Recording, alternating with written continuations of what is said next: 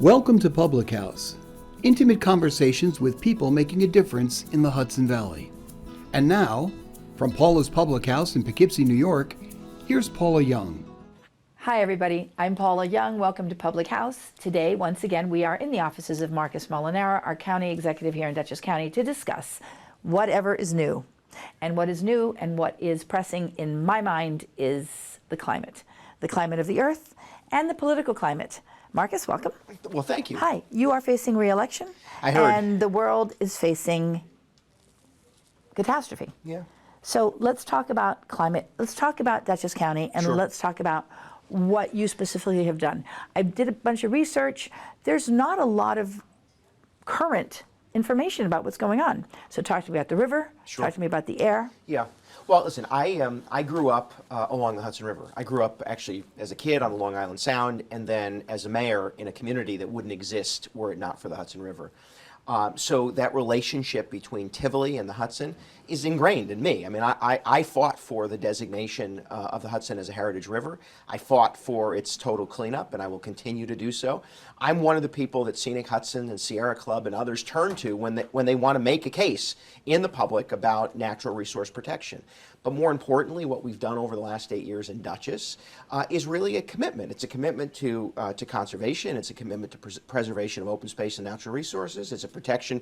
It's an effort to drive down and really address pollution through use of solar, use of renewables, use of electric vehicles. I mean, we have a strong commitment in this county to making our impact, to leaving a better community than the one we inherited. Okay, so let's talk about that. I know the Sierra Club endorsed you, which is a good thing, and that's really a feather in your cap. Listen, 25 years of being an environmentalist. I live as if we are, we are in a crisis, that we have to protect the natural resources, we need to preserve the environment, and we need to drive down the amount of pollution that we're adding to water and air. And each of us can do that individually. We can get rain barrels and we can use that to water our lawn. We can keep hens, those of us, and fight the ticks, because I understand that is one of the bigger environmental issues is Lyme disease. Sure. The county is at the top. Oh yeah, we funded, and I was in the county legislature when we started it, the relationship with the Carey Institute, Dr. Rick Osfeld.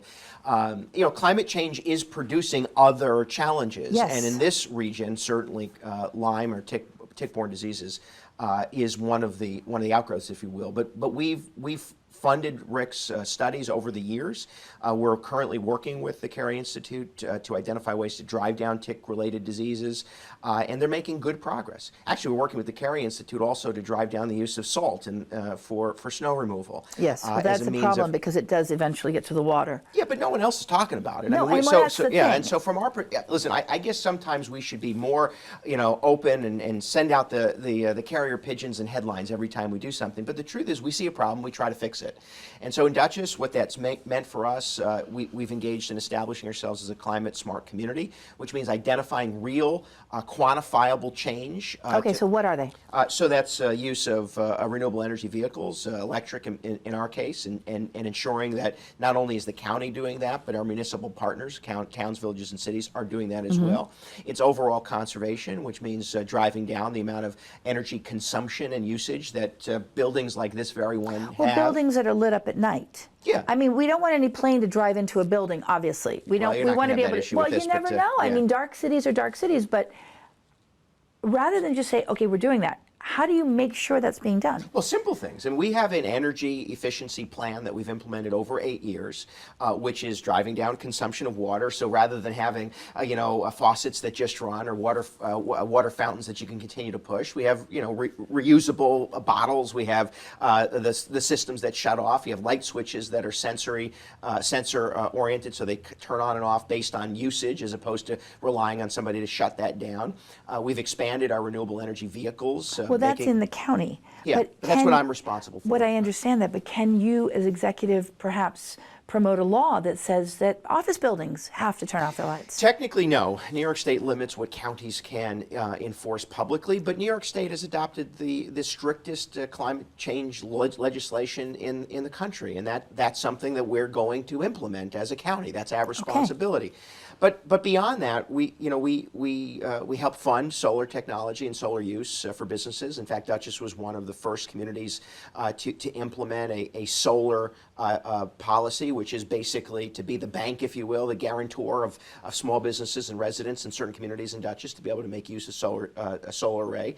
We're in the process of implementing a solar array at the county airport, which will really end up generating more energy than we consume. Right. And even, by the way, waste to energy. It's not the most popular, but I can tell you that our goal is to drive down waste that's in the solid waste stream, and we use it as a means of creating an alternative energy. There are so many things you can do with rubbish and waste, and people let me say don't this do it so well because here. you preface this by saying I'm in an election, which I am, and I care deeply about the work we do. But Dutchess County doesn't have poor air quality. We have a low ozone rating, and there are those who like to take advantage of misinformation. But the truth, You're kidding. No, not at all. We have a D for ozone. In Yes. fact, they don't even test actual air quality. So if somebody's out there saying we have bad air quality, they're lying to you. The only thing that's been tested regionally is ozone, and that's a product of both our own generation. I mean, people waiting on bridges to get through cash tolls, generating pollution. I mean, somebody should be paying attention to that. The traffic that exists coming to and from the lack of use, those who could make use of mass transit not using it, that has impact. But the ozone quality here in the Mid-Hudson Valley region is mostly a product of pollutants that come from the Midwest and blow here. So there's a natural occurrence that we have to deal with. But people don't understand that. No, people don't understand that if you put pesticides on one farm in one state, it's going to blow over to your state. Yes. And because you're county executive, and because I think most people don't really follow the process or the line, they blame you for everything. Well, I'm happy to be blamed for anything, but I will tell you what we are focused on is solving problems that affect the residents of Dutchess, and I've done that now for 8 years. And when it comes to the issues of environmental protection, if you will, because it's broad, it's not just climate change is the crisis. But they're incremental and important steps that we've taken that are necessary. That means fighting for the total cleanup of the Hudson River. It means water source and watershed protection policy, which we have. And it means preserving open space and farmland. One of the most effective tools that Dutchess County has is our Open Space and Partnership for Manageable Growth program, which is to conserve what we can and develop where we should. By creating centers of development and then preserving farmland and open space, we're conserving both the natural resource, the land, but also enabling people to be more pedestrian oriented. And that impacts the environment. And we are a leader nationally in this. In fact, we've protected over 5,000 acres of open space and active farmland.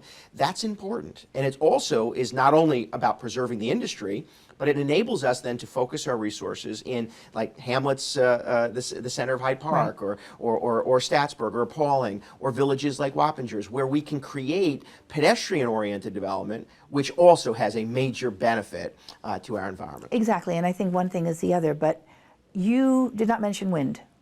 Well, I'm in the county office building. There's a lot of wind that gets produced here. Not that kind. The kind from wind farms. You didn't mention that at all. Is that something that we're doing in Dutchess? We aren't, for a number of reasons. Wind turbines require an amount of space that we don't easily have access to, and that, of course, rely on a wind or an air pattern that we don't necessarily benefit from because of our placement in a valley. So I would also say to you that there is considerable opposition among conflict among environmentalists when it comes to wind turbines, because of placement, because of impact and viewshed, and so on. But Dutchess County, in fact, when I was mayor of Tivoli, I was the second municipality. Fishkill was the first. Tivoli was the second to actually buy wind energy through turbines. In fact, so it was in a way the way our grid works. And keep in mind, this is important in New York State. Everybody feeds into the grid, and then you buy your energy. So it's not like it's just produced in we don't produce our energy in Poughkeepsie, and that's all we get. So people, I think most people understand that. So we support those alternatives. We support them through our relationship with the New York State Association of Counties, which has a relationship with NYSERDA, which continues to fund wind turbines across the state. So hydroelectric power we continue to support as a means of creating a low impact energy. So all of those things, we use our money, Dutchess County's investment, to support it. You may not see it on a farm in Dutchess, but it's being supported throughout the state. But I think also the other problem is a lot of this comes from Albany. A lot of the major stuff comes from Albany, and then you're just basically having to deal with what they give you? Well, so there's different, there's the negative that comes out of Albany. We call those mandates, and we have to deal with them. But listen, there's a reason why county governments aren't permitted to be everything for all people. Our job in this level of government is to manage a regional government.